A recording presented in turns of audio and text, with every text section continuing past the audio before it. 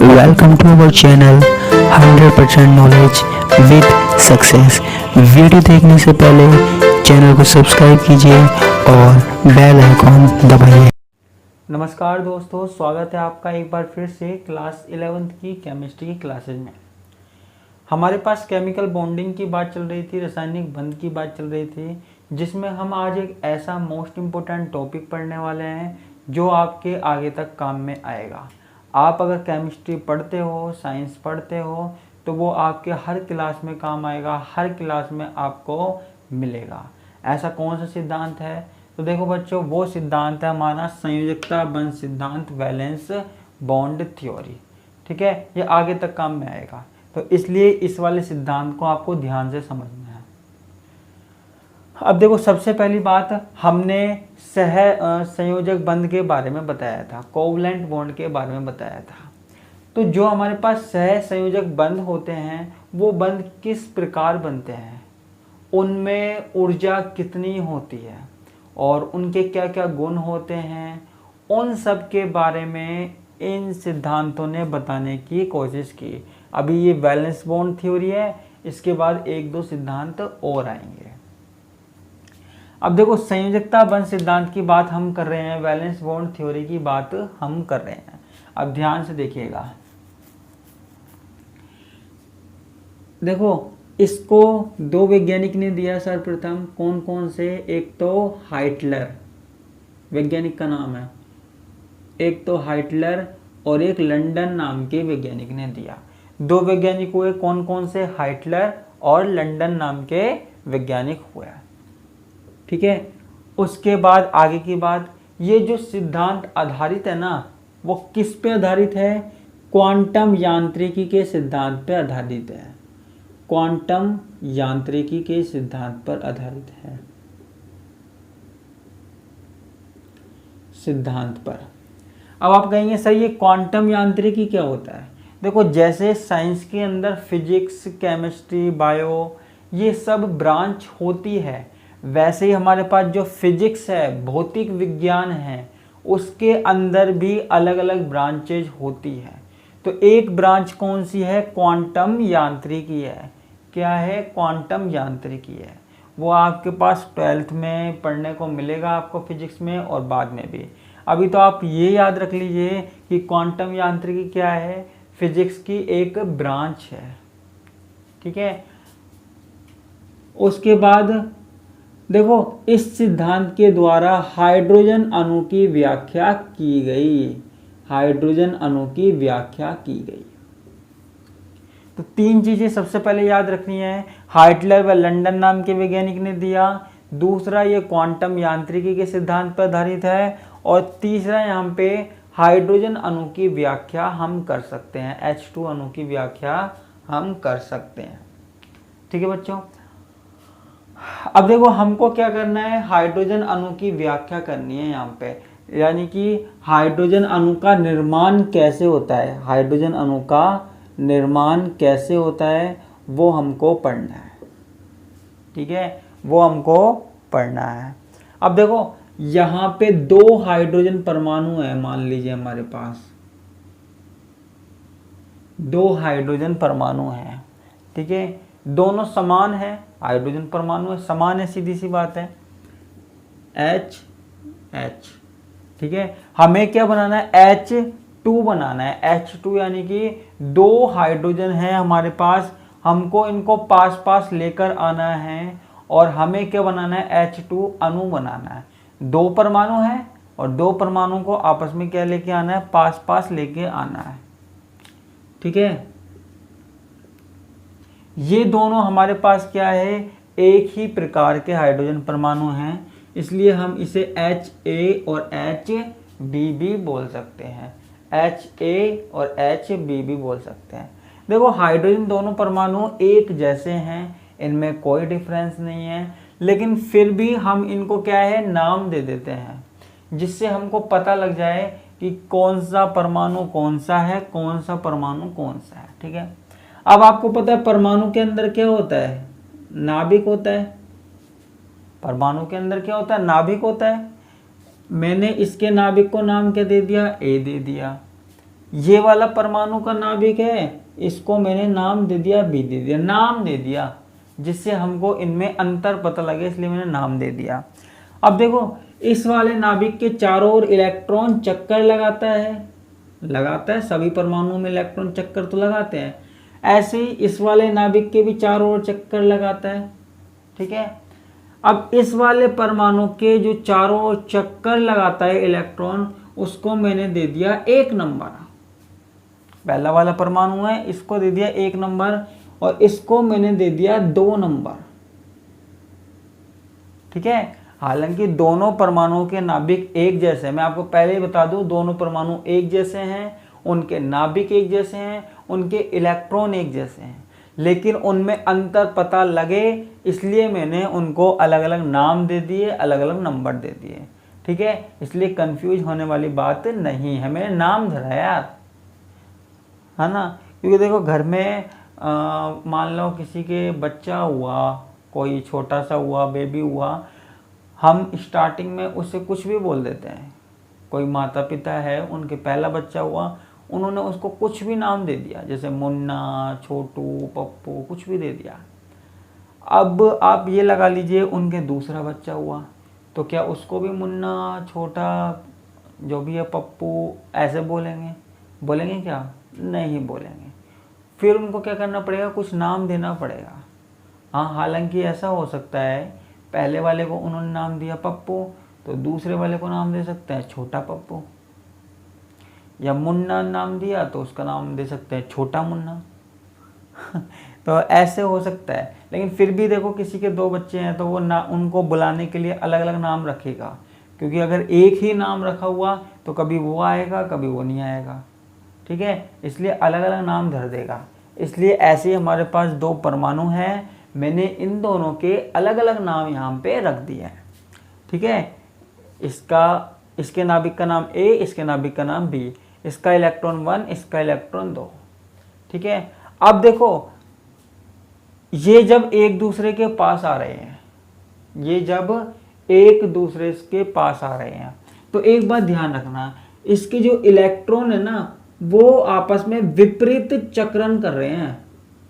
विपरीत चक्रण, आप कहोगे सर विपरीत चक्रण कैसे होता है? विपरीत चक्रण का मतलब क्या है कि ये जो इलेक्ट्रॉन चक्कर लगा रहा है ना, इसका वो इस दिशा में लगा रहा है, क्लॉकवाइज में।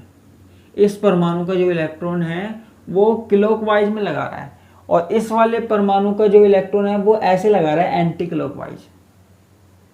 ठीक है, उसका कैसे लगा रहा है? एंटी क्लॉकवाइज लगा रहा है हमारे पास, यानी कि एक दूसरे के विपरीत दिशा में। तभी तो देखो हम क्या करते हैं, जब हम परमाणु में इलेक्ट्रॉन लिखते हैं तो कुछ इस तरीके से लिखते हैं। पहला इलेक्ट्रॉन ऐसे लिखते हैं सीधा और दूसरा उल्टा। इसका मतलब क्या होता है कि 2 जो इलेक्ट्रॉन हैं वो आपस में एक दूसरे के विपरीत दिशा में चक्रण कर रहे हैं, है ना, विपरीत दिशा में चक्रित हो रहे हैं। तो ये इसका मतलब होता है। आपने कभी ध्यान दिया हो ना दिया हो? अब देखो दोनों परमाणु एक दूसरे से सबसे पहले तो अनंत दूरी पर है, बहुत ज्यादा दूरी पर है। दोनों परमाणुओं को एक दूसरे से कोई मतलब नहीं है। ये अपने में खुश है, ये अपने में खुश है, कोई भी मतलब नहीं है एक दूसरे को। ठीक है, लेकिन जब ये दोनों पास पास आने लग जाते हैं, जब दूर रहते हैं तब कोई मतलब नहीं है, लेकिन जब दोनों परमाणु एक दूसरे के पास पास आ जाते हैं तो बच्चों होता क्या है? ठीक है, तो होता क्या है, देखो मैं यहाँ पे लिख देता हूँ, जब दोनों हाइड्रोजन परमाणु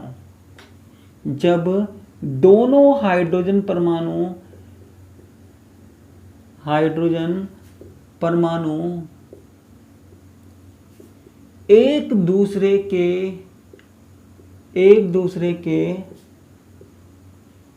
निकट आते हैं तो 2 प्रकार के बल काम करते हैं, 2 प्रकार के बल कार्य करते हैं। देखो ये नाम देना शायद आपके पास बुक में नहीं होगा, बुक में कुछ अलग तरीके से भी दे रखा हो सकता है, नोट्सों में भी कुछ अलग तरीके से दिया हो सकता है, लेकिन मैंने आपको समझाने के लिए सरल तरीका कर दिया। ठीक है, तो देखो जब दोनों हाइड्रोजन परमाणु एक दूसरे के निकट आते हैं तो दो प्रकार के बल काम करते हैं। आप कहेंगे कौन कौन से? एक तो आकर्षण बल और एक प्रतिकर्षण बल। अब आप कहोगे सर ठीक है, आपकी बात मान ली कि आकर्षण बल और प्रतिकर्षण बल काम आ रहा है, लेकिन ये तो बताइए कि किस तरीके से काम आ रहा है और किन किन के बीच में आकर्षण हो रहा है और किन किन के बीच में प्रतिकर्षण होता है। ठीक है, तो बता रहे हैं भाई, ध्यान से सुनना। अब देखो जब दोनों परमाणु अनंत दूरी पर होते हैं, जब दोनों परमाणु अनंत दूरी पर होते हैं तो इस परमाणु का जो नाभिक है, इस परमाणु का जो नाभिक है वो अपने इलेक्ट्रॉन को आकर्षित करता है नहीं करता? देखो सीधी सी बात है, नाभिक में क्या होता है? प्लस चार्ज होता है, इलेक्ट्रॉन पे क्या होता है? माइनस चार्ज होता है, और प्लस और माइनस एक दूसरे को क्या करते हैं? आकर्षित करते हैं, अट्रैक्ट करते हैं। ठीक है, तो जो हमारे पास नाभिक ए है, जो हमारे पास नाभिक ए है वह इलेक्ट्रॉन 1 के मध्य है। ठीक है, ये बात तो आपको पता ही होगा, प्लस माइनस को आकर्षित करता है, प्लस प्लस को प्रतिकर्षित करता है और माइनस माइनस को प्रतिकर्षित करता है। ये बात तो आपको पता होनी चाहिए, उम्मीद करता हूँ पता होगी। ठीक है, तो यहाँ पे जो नाभिक ए है और इलेक्ट्रॉन 1 है, ये दोनों के बीच में क्या होता है? आकर्षण बल होता है। ठीक है, नाभिक ए और इलेक्ट्रॉन ए के मध्य है। और आकर्षण बल कहाँ होता है? और आकर्षण बल कहाँ होता है? नाभिक बी व इलेक्ट्रॉन 1 के मध्य है, वो सॉरी 2 के मध्य है। ठीक है, जब दोनों अनंत दूरी पर हैं तो नाभिक ए और इलेक्ट्रॉन 1 के मध्य आकर्षण बल होता है, यानी कि नाभिक ए अपने इलेक्ट्रॉन को पकड़ कर रखता है, आकर्षित करके रखता है। ऐसे ही हमारे पास जो नाभिक बी है ना, वो अपने इलेक्ट्रॉन को आकर्षित करके रखता है। लेकिन जब हम दोनों को एक दूसरे के पास पास लेकर आ रहे हैं, दोनों को एक दूसरे के निकट लेकर आ रहे हैं, तो होता क्या है बच्चों? ध्यान से सुनना, कितनी मज़ेदार बात हो रही है, कितनी इंटरेस्टिंग सी बात यहाँ पे हो रही है। जो देखो ये वाला नाभिक जो है वो अपने इलेक्ट्रॉन को तो आकर्षित कर रहा है, लेकिन साथ में जब दूसरा परमाणु इसके पास आता है तो वो अपने इलेक्ट्रॉन के साथ साथ दूसरे को भी आकर्षित करने लग जाता है। इसकी नीयत खराब है, इसके पास खुद के पास इलेक्ट्रॉन है, लेकिन ये फिर भी दूसरे इलेक्ट्रॉन को आकर्षित करने लग जाता है भाई। लेकिन फिर भी इसमें मैं इसकी कोई गलती नहीं मानता, क्योंकि सीधी सी बात है, इस पे प्लस चार्ज है और इसको जहाँ पे माइनस दिखेगा ये वहाँ पे अपनी गंदी नज़र डाल देगा, वहाँ अपनी गलत नज़र डाल देगा। तो ये अपने इलेक्ट्रॉन के साथ साथ दूसरे के इलेक्ट्रॉन को भी आकर्षित करने लग जाएगा। ठीक है, तो एक और आकर्षण बल लगेगा जब पास आएंगे। तो नाभिक ए है वो किसको आकर्षित करने लग जाएगा? इलेक्ट्रॉन 2 को भी आकर्षित करने लग जाएगा। पहले तो सिर्फ अपने इलेक्ट्रॉन को आकर्षित कर रहा था, तो आकर्षण बल किस किस के बीच में लग रहा था? नाभिक ए के बीच में और इलेक्ट्रॉन 1 के बीच में। लेकिन अब जब दोनों पास पास आ गए तो नाभिक ए किसको आकर्षित करने लग गया? इलेक्ट्रॉन 2 को। ठीक है, अब आप कहेंगे सर नाभिक ए ने इलेक्ट्रॉन 2 को आकर्षित करा तो ये नाभिक क्या चुपचाप बैठा रहेगा क्या? ये कुछ नहीं करता क्या? तो देखो मेरे प्यारे बच्चों, ये वाला जो नाभिक है ये इससे कम थोड़े ही पड़ेगा। दोनों के दोनों है तो क्या? हाइड्रोजन परमाणु है, तो फिर ये भी इसका भाईबंध है, तो ये इससे कम पड़ेगा क्या? तो ये कहेगा भाई तूने मेरे इलेक्ट्रॉन को आकर्षित करा है तो मैं भी तेरे इलेक्ट्रॉन पे गंदी नज़र डालूंगा। तो ये जो परमाणु है ना, ये भी इसके इलेक्ट्रॉन को आकर्षित करने लग जाएगा। जब वो वाला परमाणु उसके इलेक्ट्रॉन को आकर्षित कर सकता है, जब नाभिक ए है इलेक्ट्रॉन 2 को आकर्षित कर सकता है, फिर नाभिक बी इलेक्ट्रॉन 1 को क्यों नहीं? वो पीछे क्यों रहेगा भाई? है ना, क्योंकि वो भी सोचेगा यार मुझे अपना इलेक्ट्रॉन तो मिल रहा है, साथ में मुझे दूसरा इलेक्ट्रॉन भी मिल जाएगा। तो ये नाभिक बी क्या करता है? इलेक्ट्रॉन 1 को भी आकर्षित करने लग जाता है। कितनी इंटरेस्टिंग सी बात है ना। तो जो हमारे पास नाभिक बी है, जो नाभिक बी है वह इलेक्ट्रॉन 1 के मध्य है। पहले नाभिक बी और इलेक्ट्रॉन 2 के मध्य लग रहा था, अब लेकिन यहाँ पे क्या हुआ, नाभिक बी इलेक्ट्रॉन 1 को आकर्षित करने लग गया। ठीक है, दोनों ने एक दूसरे के इलेक्ट्रॉन पे गंदी नजर डाल दी। दोनों जो नाभिक है वो एक दूसरे के इलेक्ट्रॉनों को आकर्षित करने में लग गए। देखो कितनी इंटरेस्टिंग सी बात हो रही है। खुद के पास इलेक्ट्रॉन है, खुद के पास इलेक्ट्रॉन है, लेकिन दूसरे के इलेक्ट्रॉन को आकर्षित करना नहीं छोड़ेंगे। दूसरे के इलेक्ट्रॉन को यहाँ पर ये आकर्षित करने में लगे रहते हैं, है ना। कितनी मजेदार बात है ना। कोई बात नहीं, करने दो, इनको भी अपनी करने दो। अब देखो यहाँ पे होता क्या है, ये आकर्षण बल की बात हो गई। उम्मीद करता हूँ समझ में आया होगा। वीडियो अच्छी लग जाए तो लाइक कर देना अगर मजा आ रहा हो तो। अब देखो प्रतिकर्षण बल की हम बात करते हैं, रिपल्सन फोर्स की बात करते हैं। देखो ये जो नाभिक है, ये जो नाभिक है, वैसे तो ये अपने इलेक्ट्रॉन के साथ साथ दूसरे के इलेक्ट्रॉन को आकर्षित कर रहा है, दूसरे के इलेक्ट्रॉन को आकर्षित कर रहा है, लेकिन भैया ये कभी नहीं चाहेगा कि दूसरा वाला जो नाभिक है ना, दूसरे हाइड्रोजन परमाणु का नाभिक है, वो मेरे वाले इलेक्ट्रॉन को आकर्षित करे। ठीक है, ये चाहे अपने इलेक्ट्रॉन को आकर्षित कर रहा है और दूसरे के इलेक्ट्रॉन को आकर्षित कर रहा है, लेकिन भाई ये वाला जो नाभिक है ना, वो कभी नहीं चाहेगा कि दूसरा वाला नाभिक इसके इलेक्ट्रॉन को आकर्षित करे। तो ये क्या करेगा, ये नाभिक बी को प्रतिकर्षित करने की कोशिश करेगा, रिपल्स करने की कोशिश करेगा, क्योंकि प्लस प्लस में तो भाई दूर दूर का कोई संबंध नहीं है। जब भी प्लस प्लस चार्ज पास आते हैं ना, तो एक दूसरे को प्रतिकर्षित करते हैं, ऐसे ही माइनस माइनस एक दूसरे को प्रतिकर्षित करते हैं।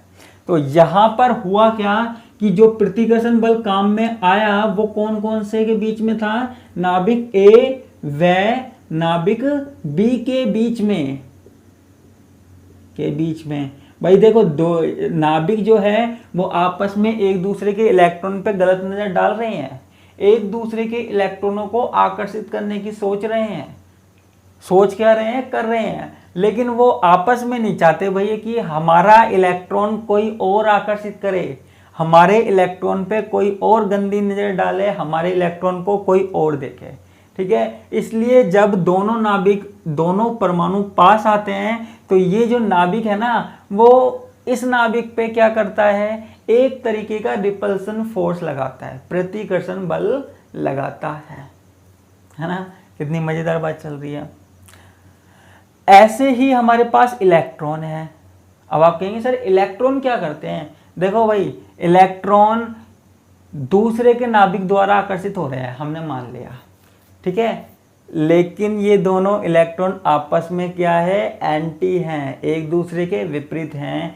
ये दोनों इलेक्ट्रॉन कभी नहीं चाहेंगे, ये इलेक्ट्रॉन दोनों कभी नहीं चाहेंगे कि दूसरा वाला परमाणु, या फिर या ऐसे बोल सकते हैं हम कि ये दोनों इलेक्ट्रॉन कभी नहीं चाहेंगे कि इनके वाला नाभिक किसी दूसरे इलेक्ट्रॉन को देखे, इनका वाला जो नाभिक है वो किसी दूसरे इलेक्ट्रॉन को देखे।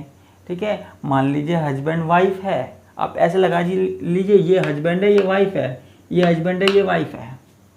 ठीक है, तो यहाँ पे ये जो नाभिक है ना वो क्या है, हस्बैंड है, और ये क्या है, वाइफ है। ठीक है, तो अब ये जो हस्बैंड है वो भी कभी नहीं चाहेंगे कि उनकी वाइफ को कोई और देखे, उस पर गलत नजर डाले, और जो ये वाइफ है वो भी कभी नहीं चाहेगी कि उनके हस्बैंड पे कोई गलत नज़र डाले। ठीक है, तो ये भी आपस में क्या करते हैं, एक दूसरे को रिपल्स करते हैं, प्रतिकर्षित करते हैं। तो यहाँ पे और किस किस के बीच में प्रतिकर्षण बल लगता है, इलेक्ट्रॉन 1 व 2 के मध्य। ठीक है, तो ये आपस में क्या करते हैं, एक दूसरे को प्रतिकर्षित करने की कोशिश करते हैं, जिससे एक दूसरे के पास ना आए। ठीक है, तो मैं इसको मिटा दूं, समझ में आ गया होगा कि आकर्षण बल कौन से होते हैं, प्रतिकर्षण बल कौन से होते हैं। ठीक है, तो मुझे यहाँ मिटाना है।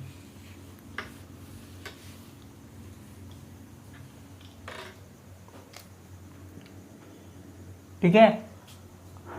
अब देखो दोनों परमाणु एक दूसरे के पास आते रहते हैं, दोनों परमाणु एक दूसरे के पास आते रहते हैं, लेकिन कब तक आते रहते हैं? जब तक कि आकर्षण बल प्रतिकर्षण बल से अधिक प्रभावी होता है। मैं लिख देता हूं स्टेटमेंट, दोनों परमाणु एक दूसरे की ओर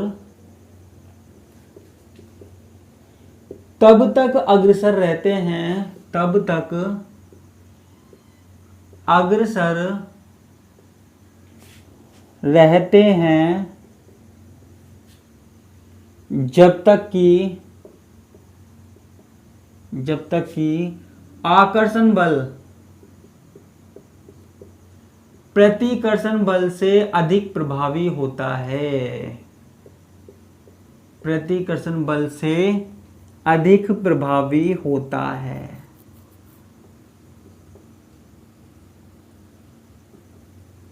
प्रभावी होता है, ठीक है।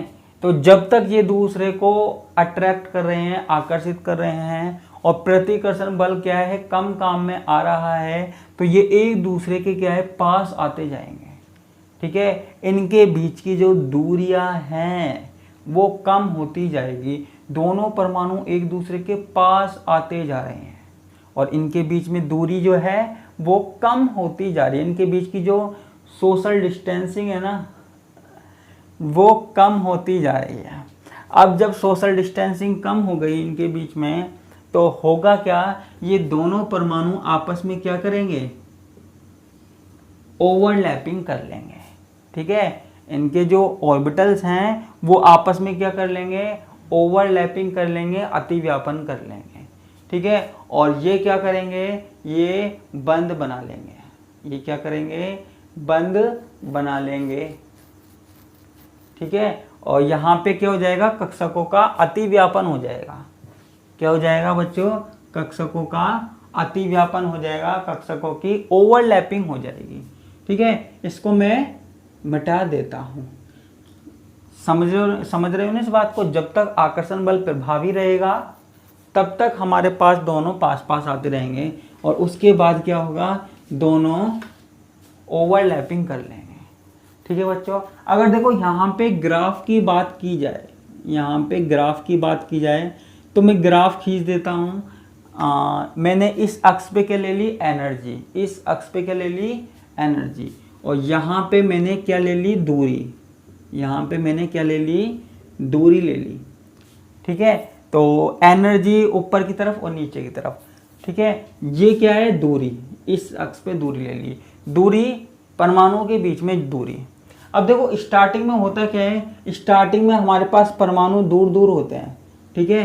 तो दूरी भी क्या होती है, दूर दूर होती है, लेकिन धीरे धीरे धीरे धीरे धीरे धीरे धीरे परमाणु के बीच में दूरी क्या होती है, कम होने लग जाती है, ठीक है। और जब परमाणु के बीच में जो दूरी कम होती है तो ऊर्जा भी क्या हो जाने लग जाती है, ऊर्जा भी कम होने लग जाती है, ऊर्जा भी कम होने लग जाती है, ठीक है।